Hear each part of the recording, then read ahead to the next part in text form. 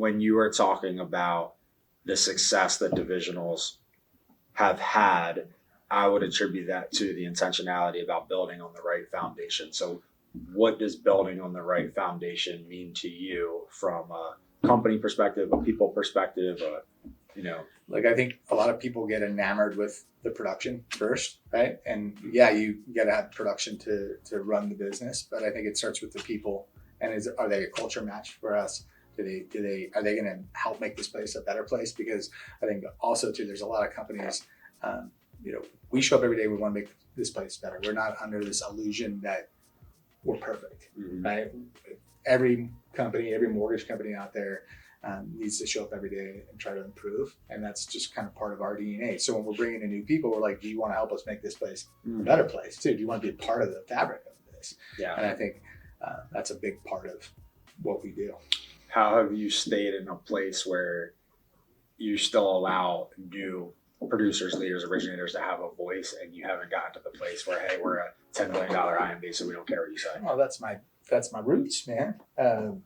Started as an LOA, then a loan officer, then branch manager, grew fairly large branch, and then, along the way, and plenty of stub in my toe along the way too, throughout those things. And then had the fortune of meeting great people like you and Evan. I mean, my partners that run Element on a day-to-day, like it's also back to the people, right? Like stay connected to production because that's what drives the whole thing, and never lose sight of that. Try to keep that part of it real simple, right? It's like, what do you need? You need loans in the door, and loan officers need to feel valued, heard, and given the tools they need to succeed. Needed a place to belong and feel like they're valued. And then I think going back to like the genesis of, Element and what I experienced in the early days of APM as a young man coming up, when there was like 34 people at the company, and there's over 3,000 now. It was entrepreneurial minded. Loan officers had a voice, and we were able to kind of create our own cultures in each one of our branches or DBAs. And so when I got an opportunity to go start my own DBA, it was something that I was like, I'm gonna do this a little bit differently, and gonna invest in the people and coach around the people. And the opportunities aren't gonna be like, oh, I want to go to this market. It's gonna be like, I found the right person to build around in this market. And then one of the first people was this guy. That was a crazy story. Yeah, that was a crazy. You were my branch manager in the previous company. Yep. I came in. I was a top producer at the time. I had a big suite, probably twice the size of my office now. It was crazy. And I worked maybe 20 hours a week, but I was crushing it. Relationships all over, but I knew how to do what I did really well. I wasn't challenged anymore. And he came in and he was like, there's more to what we do than just this. And I was like, yeah, sure. I think I was playing video games on my phone while I was closing, multiple $1 million at the time. And it took a while for that to sink in, but you start to move through that career, and we're always tied to the next month. There's no legacy building outside of the relationships, which are fantastic. That's what it's about. But it was about starting to build relationships that actually started to build other people's legacies through what we know how to do.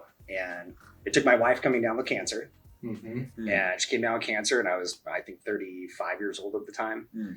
But it was an eye opener to go, wow, this isn't an infinite thing. I'm not invincible.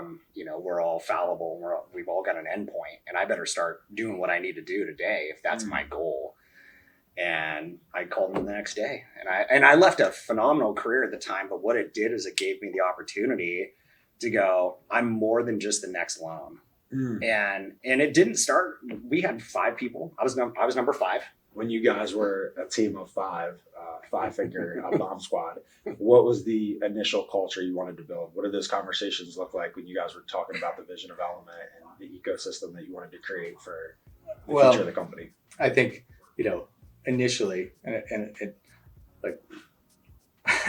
it was work hard, play hard, right? Yeah. Like we're all, passionate, guys that pour ourselves into work, but we also have families. We wanted to find some life balance. We wanted to make sure that the main thing was the main thing. We were able to pour into our spouses and our children. We're active. My wife would say I have more hobbies than I know what to do with. But we're all active and want to be active in not just in the communities through our business, but like outdoors. And, fly fishing, hunting, training for an As much of Ironman, a whatever. as much of a lifestyle as you do a loan business. 100%. We determined the path of the company on a ski lift half the time. Yeah.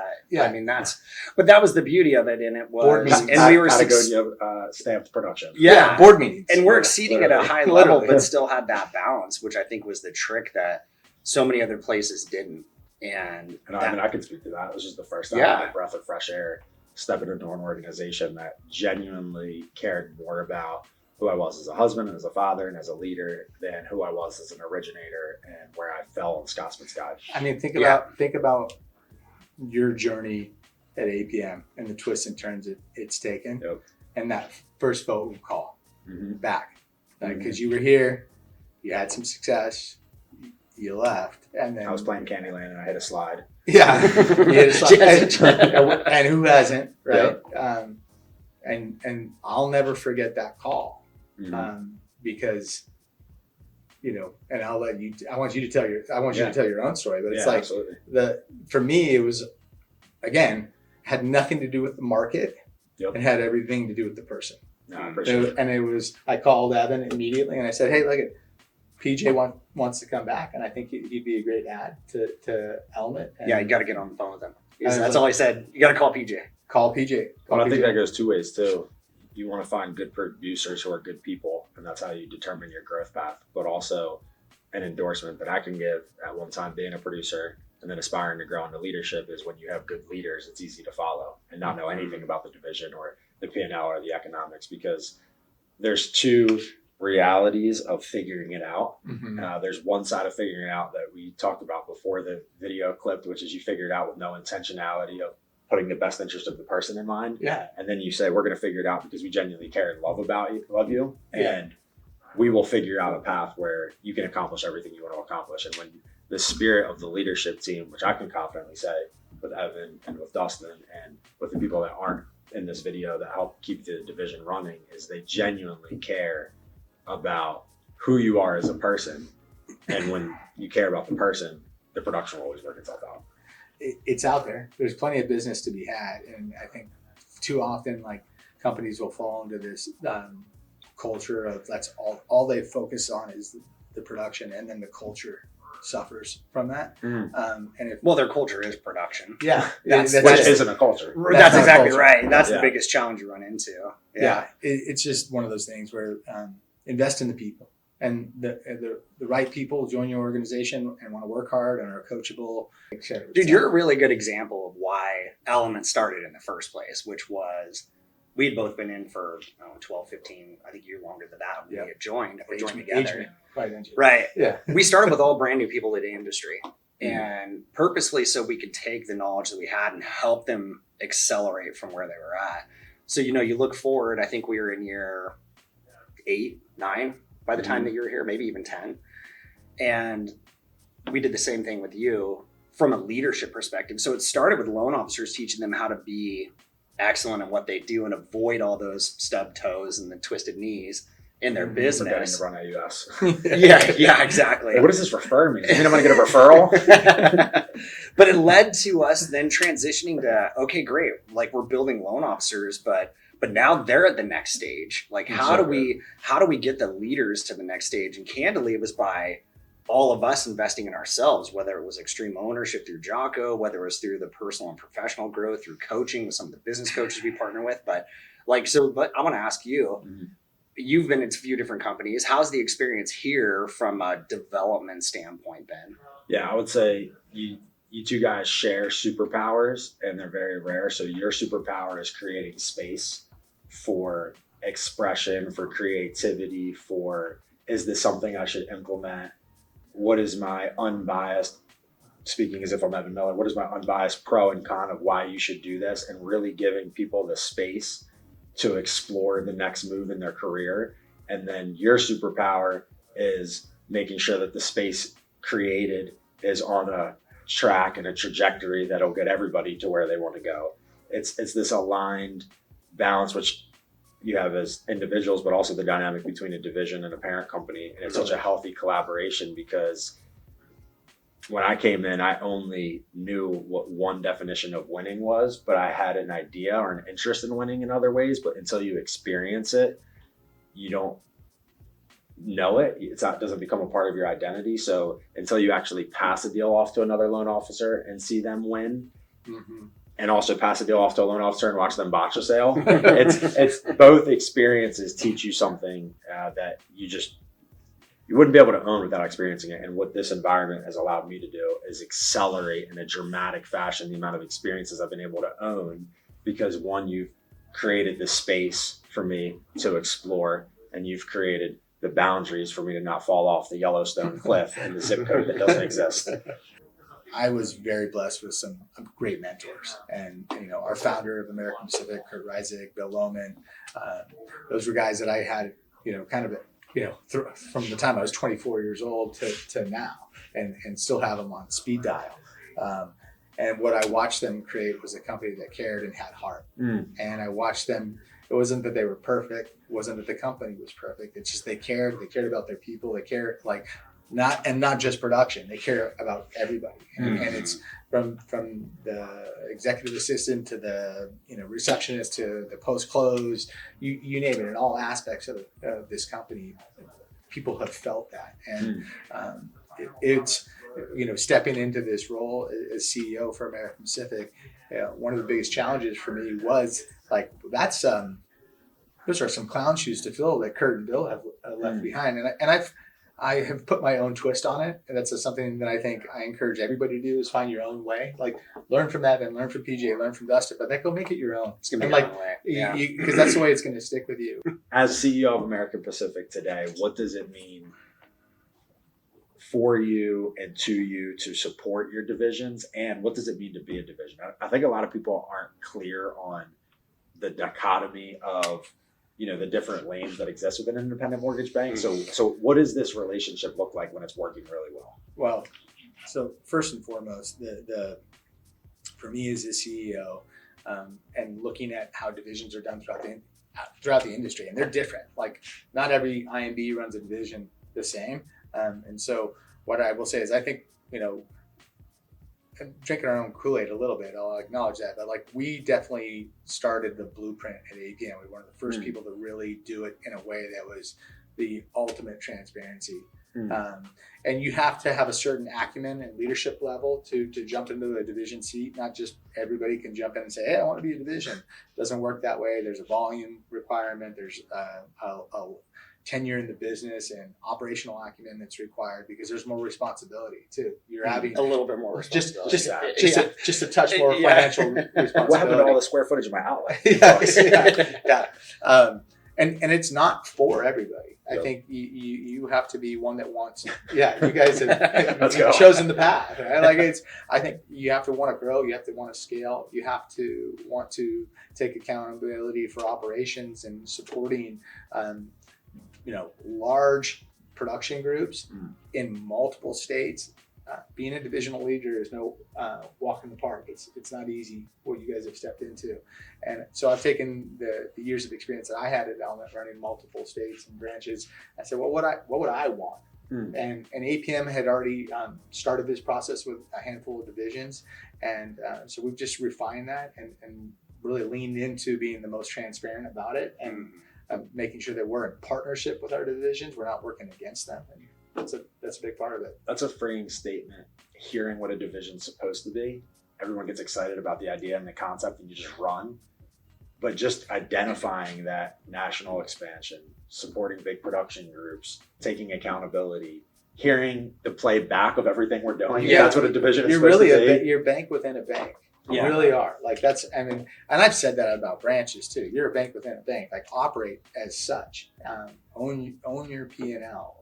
Own your margins. Own your outcomes. It's it goes back to even the previous part of this conversation. It's how do we do this? Well, I had great mentors that modeled how to grow as a leader and how to challenge myself. And then when I really started flirting with the idea of what it would be like for me to move over to APM, I was very intentional about getting coaching, not just for myself, but for the team. Jocko We have Tony Cooper, who's an amazing business coach for us, and getting exposure for the leadership team to see, okay, who's going to step up, who's going to grab this. And it's been a lot like, one of the things I'll say is that, from whether it's Evan or you, like what it takes to be a successful leader is being willing to grow, to push the back, to fail and to fail forward, and to be willing to have the tough conversations with not just your employees, but with yourself. Yeah. Like that's magic. I want to transition to Evan and let you guys collaborate a little bit about building a bank within a bank. So walk me through how Element has evolved through a very, maybe tiny microcosm bank to how it's grown, to how you've grown, going from producer, branch manager, divisional president, now true CEO, even though you still sit as the division president of the division with all of the leaders we now have. What is this bank within a bank developed into? How have you grown as a leader through the bank within a bank? Man, the personal growth piece is huge. I likewise had really good coaches and mentors because I had Dustin. So I got access to a lot of what he was going through. So when Dustin was going through his growth, it bled to me immediately. It just might be not only my business partner, but my best friend. So when he would run into challenges, he would bring that to me and say, man, here's what I'm dealing with. So I was like, oh, I'm going to take some of this. I'm going to take some of that. But really what it led to is, and I think this is where our industry has a large challenge. Top originators, they get really stuck in an I mentality. It is, I do this, I do that, I do this. And they don't say anything about the 20 people on their team that are right behind them. And I think that can become a really limiting space for people, because when you start to celebrate the people that are around you and start having your name on the back of the jersey rather than across the front of the jersey, it makes a big change in how people react to you. So a big piece for me was building my identity as a leader and not just as a top originator. So when I started to do that, I went through big changes. I stopped drinking. Why? Because I needed more time in the day. I could have no downtime because other people depended on me. So good. And so not that it was causing issues, but it would slow me down even just a little bit. So if something's slowing me down a little bit, I gotta go. Eliminating everything that took you away from the best version of yourself. Absolutely. Because it impacted everyone around you. Because other people needed more from me, or they deserve more from me. And I'm not gonna even say they need it, they deserve that from me. So good. And I think when that change, that shift happens with people, it can become magical, because I've seen it. Like, we've been together for a long time, so we have as well. And you can see when people start to make that transition, and all of a sudden other people start winning in the organization with them. And that's the magical part, is when you can celebrate the winning below, because most corporate most corporate scenarios, the CEO's up here, and here it's down to I serve everybody. Servant leadership is the greatest leader of all. I think that's the biggest challenge in our market, is outside of independent loan officers having an I mentality. I think it's also leaders in the industry saying, I'm great at recruiting. Well, I bring them in the door, but I don't do anything past that. I won. They're at my company. But the reality of where we really change the game is somebody starts here is when they start working with me. So they start working with you. They start working with Dustin. And, we brought in people like Zach Starnes in Wisconsin. He comes in at, $3 to $4 million. This guy's doing $10 million a month, and he's got a massive production team built, and he's ready for 15 to 20 million. And that's the shift, because all of us in our seats, we should be plugged in on a daily basis with our originators. I think that's where, if our industry could have more of that, which I'm glad we're the conduit to it, because I love doing this and I love what we do on a daily basis. And I think you do as well. I think all of us. So why wouldn't we invest in that way? Our team deserves it. The different, like the bank within the bank. I mean, look, at the end of the day, once you get to a certain size in the mortgage industry, we're all relatively playing with the same tools, products. Yeah, there's nuanced differences here or there, but it's really more the autonomy and the freedom to build your processes and to grow the way you feel and to set your own culture. Obviously, there's some economic advantages as well. What have you seen different from Element over the last 6 to 12 months in the most recent phase of growth? Well, you know what? One of the most exciting things for me was to look. So, we all, went through the market correction in slightly different roles or hats, right? Come out of it. Okay, now Element's poised to really start growing. Evan was grooming leaders and stepping into his role as the divisional president. And then there was this, this bolt of lightning that came in from the outside, this pure energy and potential that was you. And it was like, there's that same dynamic that has existed between Evan and I for over a decade. It was like, oh, I know this could be, if I have one little secret power, I can sponsor Connecting I people. connecting people. Yeah. I can connect people. And you've always been coachable, and you've always been humble and hungry and smart. And so I just knew that there was going to be magic if we could get you guys together and work. And so I've watched you and Evan and Joe, who's not with us today, but like you guys step into this role and to put your egos aside and to invest in a vision and a dream for how you're going to want to grow Element together. And it's for me, one, I love, obviously Element is, it's my baby and I love it. It's all of our babies now. So it's joint custody. Joint custody. Yeah, for sure. It's just one of those things to see it continue on is also different. And that goes to APM's support of it as well, because that is not a common thing. You remove a divisional leader from or a DBA leader, most of the time that DBA ceases to exist within a short period of time too. Production That's another attribute of successful leadership, of succession and mentorship. Candidly, I think the most important thing that I did as a leader was bring in somebody from a different age demographic. I think it was the most important thing that we did, because our industry becomes really irrelevant when everybody's 60 years old and of a certain Collecting lineage. Social Security and posting on social media can have challenges. Right. I mean, and if you look at where the growth is in the market, it's happening. Some of the biggest top producers have been in the industry 4 years or less. Yep. And that's not a normal thing. Because at from the end of the industry. day, it's a people business. That's exactly Who right. has the most friends, who has influence, who's building relationships in the community. And well, there was also something really weird that happened called COVID and, lowest interest rates in the history. Everybody of was industry. the best originator in the world. I'm the best loan officer that's ever existed. Check it out, loans are falling from the sky. And so then there was also a complacency that crept in, and I would even say a ton of bad habits and laziness, and then you also have an aging industry. So I look at the loan officers who got in the last 4 years, and they're like, I don't know, like I wasn't here for COVID. I caught the tail end of some of that, right? But more than likely I missed it all. And the market is what the market is. If this is the only market it's not a bad market, it's the market. And you go out and you sell what you got, and that's why they're thriving, and that's why they're taking market share, and that's why they're gaining ground and catching. Because they show up every day and do the activities. Yeah, and they're trying to evolve. They're trying to, and there is as a industry wide, the average age of loan officer has not come down that much, right? So there's I believe, a changing of guard that we are really in the midst of. If people were talking about it 10 years ago, we're living it now.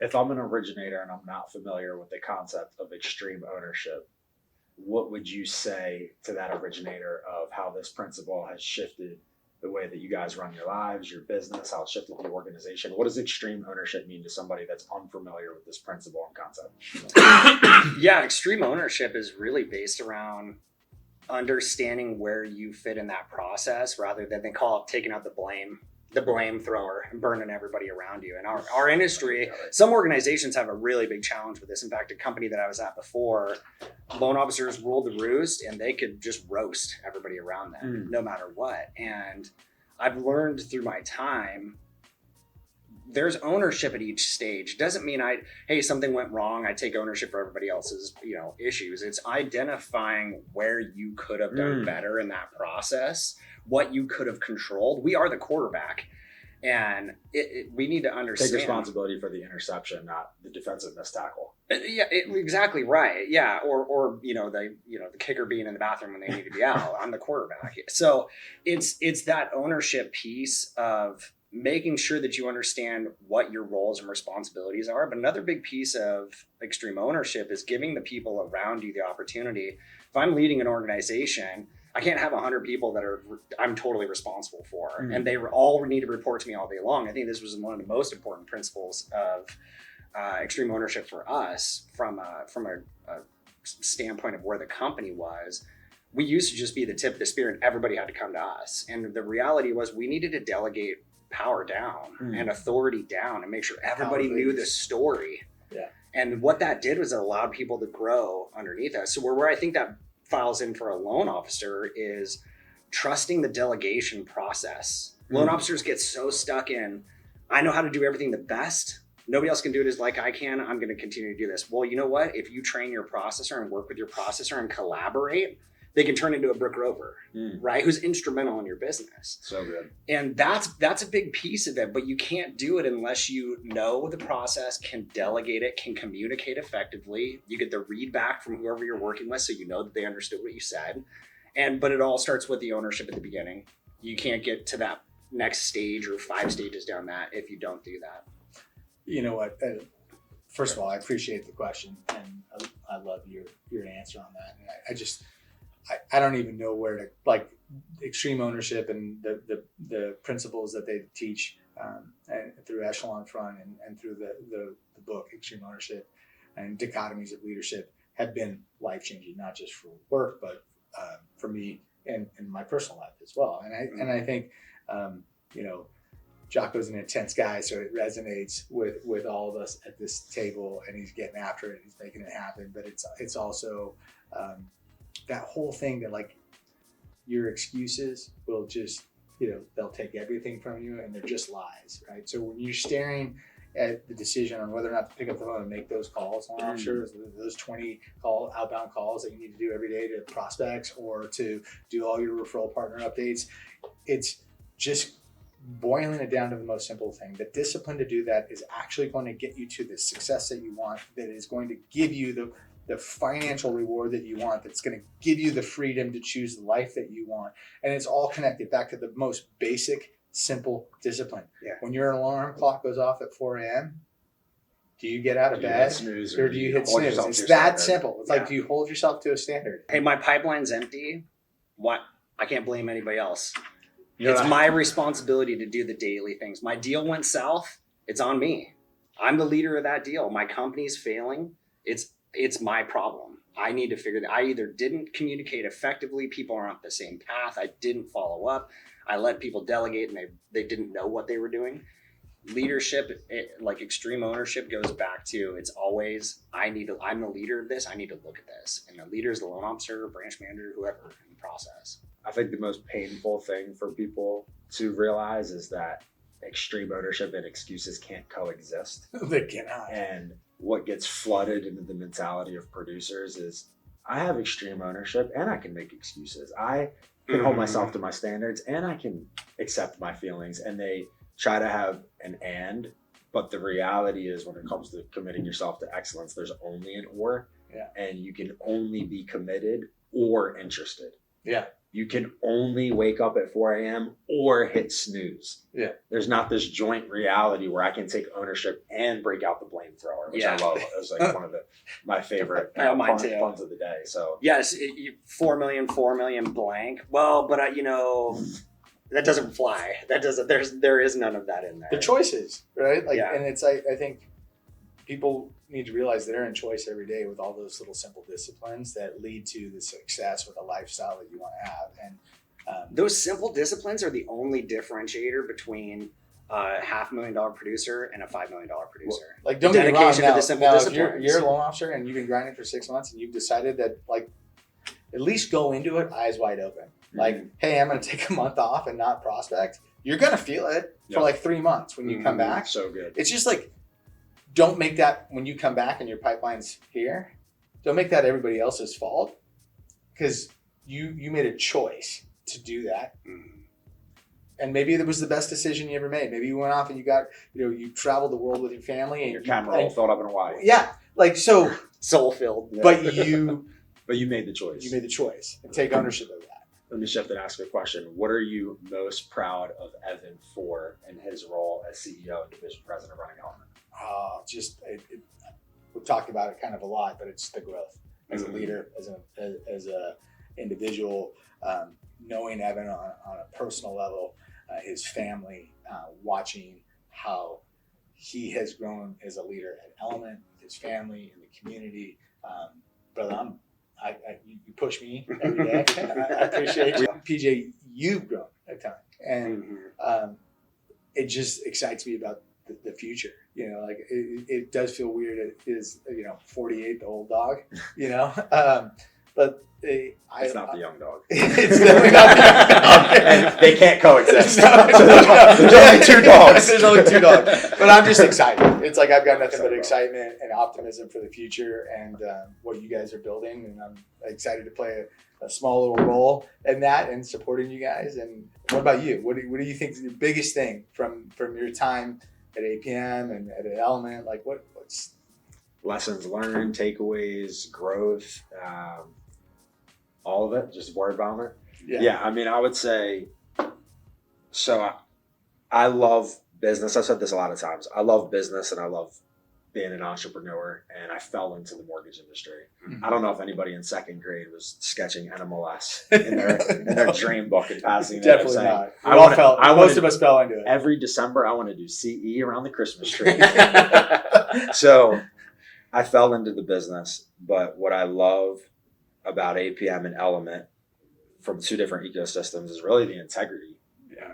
It's better as a man with integrity who does nothing than a rich man who's with strife. It's like better as a house with, eating vegetables at a quiet table than a house filled with feast, but pain.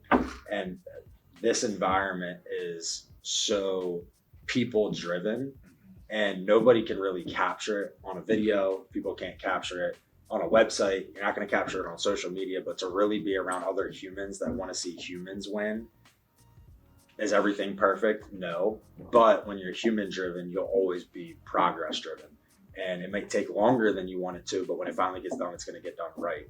So for me, the biggest win has been no matter what I wanted to commit to, whether it was I want to get to 10 units. I actually found that whiteboard because we just closed on a property and I was going through my boxes. My first whiteboard of all of the milestones when I first opened up the branch with Element that I sent you is you can check things off a checklist anywhere you go, but to have a team rally behind who you're becoming while you check those things off the list, that's what's really fruitful. So whether I was a loan officer, a branch manager, a sales manager, running sales, whatever crazy idea I came up with after my pre-workout and starts blowing up the group chat at 5:00 in the morning, it was, who are you going to become in this? Don't lose sight of the main thing, but let's still tackle it anyway. From launching the commercial division to doing hard money to open branches in new locations to building national strategic partnerships to scaling existing teams, whatever the idea is, whatever it is, it was always an equal balance of let's tackle it and let's not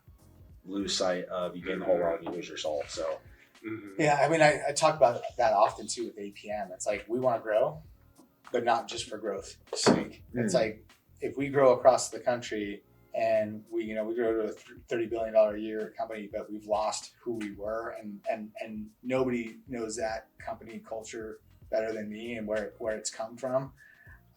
That will be failure. That will be failure to me. Like it's not a volume number. It's growing with the right people at the right time, finding people like you guys that want to make this a better place, want to make APM their home, and are showing up every day going, how can I make it better? That are team players.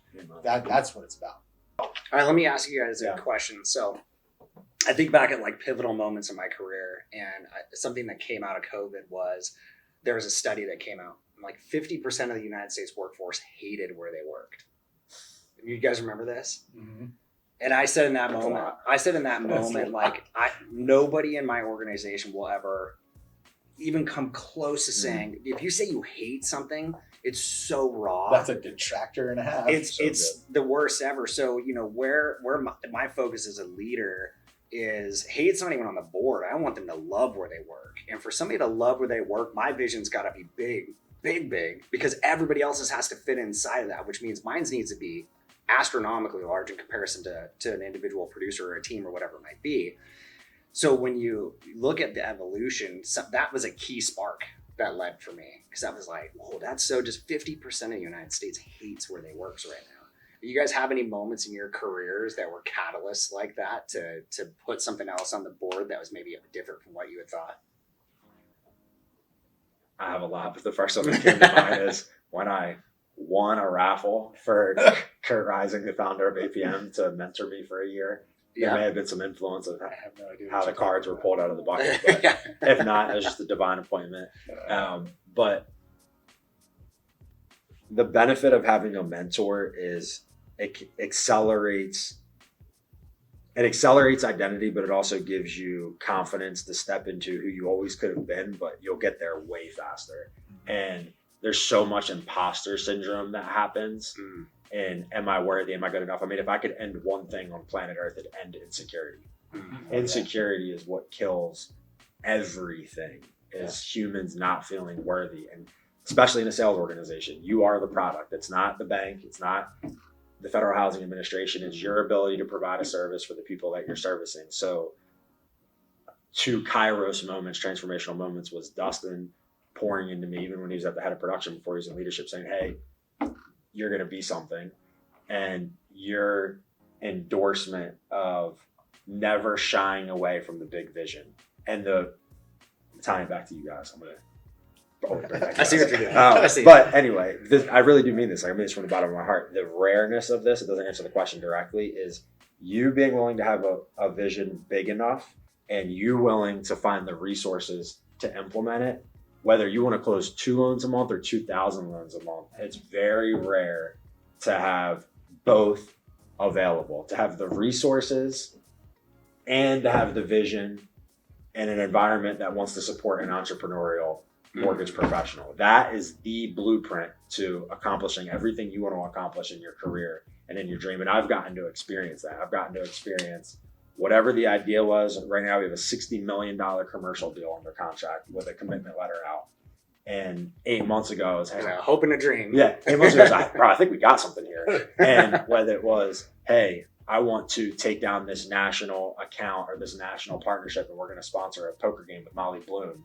Hey, let's figure out how to make it happen. And the influence, the sphere, the circle expanding dramatically. So again, a long-winded answer, but for me, getting the opportunity to have people that believe in me and believe in me with credibility, not just, hey bro, I believe in you. For me, if you're not curious as a leader, then you're missing out. And it's like, and open to opportunities. And because it's not that we just say yes to everything, but it's like, it doesn't take anything from any of us as leaders to be curious and to hear the opportunity. And sometimes my job is to listen to the opportunity and to identify the pros and cons and where there might be landmines we're not seeing. And we go through it as a team and we go, you know what? Yeah, let's explore this a little bit more, or let's lean into this. Or you know what? We uncovered something that we didn't know, and we're going to step away from that opportunity because opportunities are everywhere, and they will drown you. And if you try to hold on to all, they will sink you for sure. It's identifying the right opportunities to pursue. It goes back to like not growth for growth's sake, right? So it's like good. identifying the right opportunities, and that takes time. That takes experience and the scar tissue of making the mistakes over the years. Your question was, over the time, like obviously market cycles, knowing how to build something that can withstand any market cycle is something that I've definitely prided myself on. And this company, APM and Element, it's like that. If you're only good when the market's good. We've done all our growth actually when the market is the most challenged. Yeah, if you look at it, that's really when we've done our best expansions. You've got to be ready for anything because this industry is cyclical. We teach loan officers to save for a rainy day. I always say it's not 6 months of your bills or 12 months of your bills. It's 12 months of your lifestyle. Be ready, and then you'll have staying power in this industry. And so that curiosity, that I would say just fiscal responsibility, and then being willing to learn still every day. Just like it kind of goes back to and being deliberate about it, and not just expecting it to happen through the day to day, but actually carving out space as a leader to go improve yourself is so important. When PJ had joined, I studied and I was on top of trends and some other things, and I know the market very well, but I hadn't read some of the books like you like to read. And I was like, and I started to realize when I'm looking at the ecosystem of marketing and leaders, when they're talking about books and authors and things like, and I was like, I'm missing the boat. I'm absolutely, and it's not just to read The Science of Scaling so I can quote something from it. It's to read The Science of Scaling so when I'm in a conversation with somebody or even Dustin or anybody at any level of their business, I can say, hey, based on this book and some reading that I've been doing and things that I've implemented, here's what I've learned. And man, if you're not doing that in the business today, I think you're behind. Yeah. And I'm not saying in any business. I'm not saying read and regurgitate everything you get into, but read and implement. I'll tell you, Science of Scaling and Extreme Ownership are probably the two most influential books that I've read.